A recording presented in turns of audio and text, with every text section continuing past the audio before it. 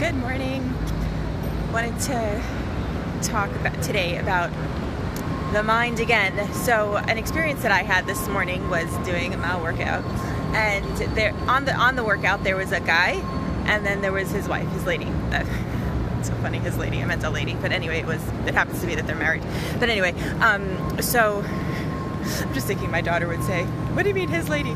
Okay, point that she does the less intense workout and he does the more intense workout, and she's not using any weights and he's using the weights.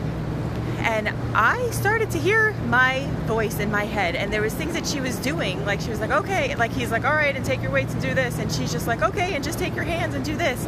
And my head actually said like, oh yeah, for you if you're lazy, or what the heck is that going to do, or oh my gosh, I was mean. The thoughts. So then I realized I'm actually not mean. Those thoughts are mean, and I'm not my thoughts, because I'm the one who's watching my thoughts. And this happens so many times where there's so many judgments, and you're thinking and you're looking, and just automatically, just unconsciously, your mind is just telling you stuff like, oh, there's things that I'm going to say, it's not politically correct, so I'm not going to say it. I'm not actually going to say it, but there's really mean things that my mind says. Like there's things that could be racist, and there could be things that are fat shaming and just terrible. Okay, so I said a couple of things. Some things that are just absolutely awful. And then I'm like, whoa, what the heck? I'm not the one who said that. I don't really feel that way. That's an awful thing to say. And then I just would feel bad about myself. But the thing is, now I'm realizing, holy, like I'm not going to feel bad about this. But I'm like, of course, there's people that have, that there's so much like hatred and all of these like issues and all of these isms that are happening and all of this stuff that's so hurtful that we're saying, because it's not, it's like the consciousness of years and years of dysfunction, of wars, of hatred, of fear, just of fear, and like the opposite of enlightenment. And hi Shoshana and Rachel, or Rachel, and Lisa and Alona, hi. So what I want to suggest is to get some space in between be the watcher of your thoughts, instead of actually thinking that you are connected to your thoughts. Like, you're not your thoughts. There is no way that, like, I'm not a bad person. I'm a really good person. Like, I'm a really good person. I didn't actually know that. For most of my life, I actually felt really bad about myself. And the more I'm growing and the more I'm coming to, and the more I'm living in my purpose and healing the wounds in me that have been, there for years, and they're going away, and, more spiritual enlightenment is happening.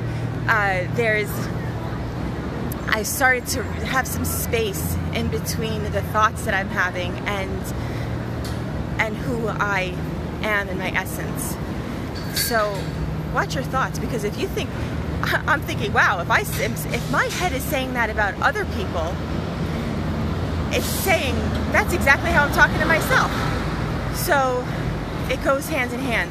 So as you give yourself the silence, as you heal from wounds, and another thing is, if you're triggered, right? This has been something that's been coming up also with my clients. The thing is that if you're triggered by something, meaning something makes you angry or something makes you sad, basically, what if the thing that you thought was making you angry or sad is not actually the reason why you're angry or sad? What if the trigger is actually just like a tool to get you back in touch with the fact that, oh, that's a place in me that needs healing, and then to surrender it and ask God, or ask the universe, ask whatever higher power that's not you, it's not your mind, the universal intelligence, love, the energy that is beating your heart, digesting your food, and having you breathe at night or in the day when you're not conscious of it. That loving energy that is moving through the whole entire world, that loving energy that is growing the trees and the flowers, that loving energy which knows how to heal you. What is that? Ask what it is. You're not your thoughts. You're not bad. You're good. You're good. You're so good. A lot of times, okay, I'll just say, like, I work with women that they have been experiencing from their mothers, like, just bad. There's things that our parents pass down to us. It's like generational dysfunction, and it's almost like they're upset. They're taken captive. Any parent that hurts their child is not in their right mind, which makes sense, because you cannot be in your right mind and hurt somebody else. So, however, these things leave scars, and that's actually what ends up getting triggered, is this old pain and this old scars that ends up getting opened up when something happens in life. So understand that stuff needs, it's not like just like it's an easy thing, but it could be simple. Sometimes there's definitely some pain and some grief and some processing that needs to get done with that, but absolutely could heal and have a new perspective and a new experience with your own life. And that's exciting. And that's so exciting. And you are not your thoughts, and you are good, and you are whole, and you are complete. And the more you heal, the more you give other people and our human consciousness the ability to do so. So much love to you.